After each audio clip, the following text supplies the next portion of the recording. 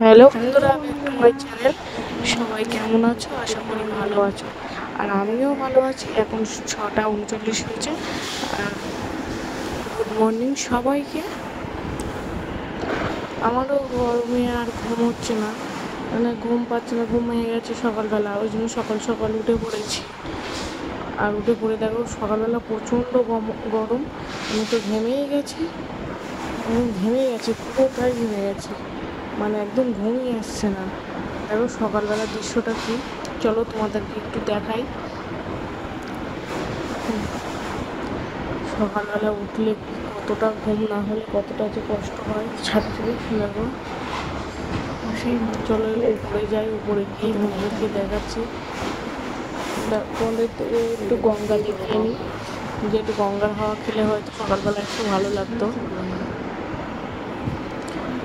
বাড়ির সামনে যদি একটা গঙ্গা থাকতো কাদের কাদের ভালো লাগে বলো, যে বাড়ির সামনে একটা কি সুন্দর বড় একটা গঙ্গা থাকবে। গঙ্গার হাওয়া খেতে ভালোবাসি, গঙ্গায় স্নান করতে ভালোবাসি।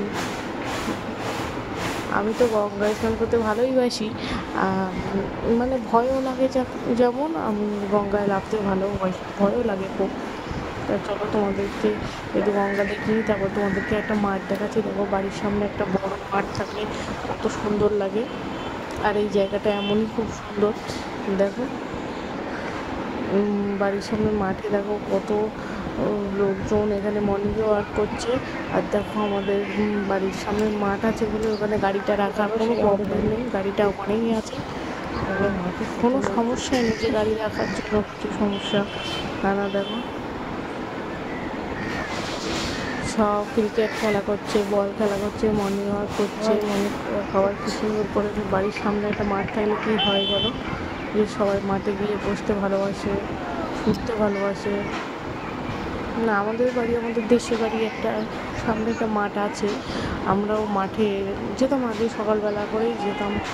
মানে এখন আর ওই গরম, প্রচণ্ড গরমের জন্য আর যাই না। না আগে যেতাম।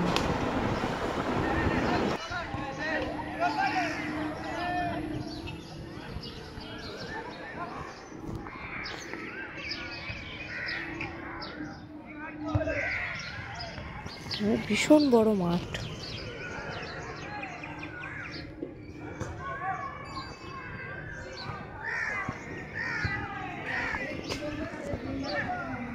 কার মানে আগে মাসিরা ওই গঙ্গার পাশেই থাকতো, সেখান থেকে উঠে আর একটু মানে আর এক গলিতে এসে গেছে, মানে এই মাঠের সামনে এসে গেছে বলে ওই জন্য ছাদ থেকেই পুরো গঙ্গাটা তোমাদেরকে দেখাচ্ছি। আর ওখানে যখন গঙ্গার ধারে যাবো তখন তোমাদেরকে দেখাবো যে গঙ্গার লাফলাম, নেবে একটু চান করলাম কি, সেটা তোমাদেরকে পরে দেখাচ্ছি। দেখো ওখান থেকে সকালবেলা তো ওই জন্য একটু হাওয়া খাচ্ছি আর তোমাদের কাছে কিছু একটু শেয়ার করছি, তোমাদেরকে একটু দেখাই। দেখো কত সুন্দর জায়গাটা।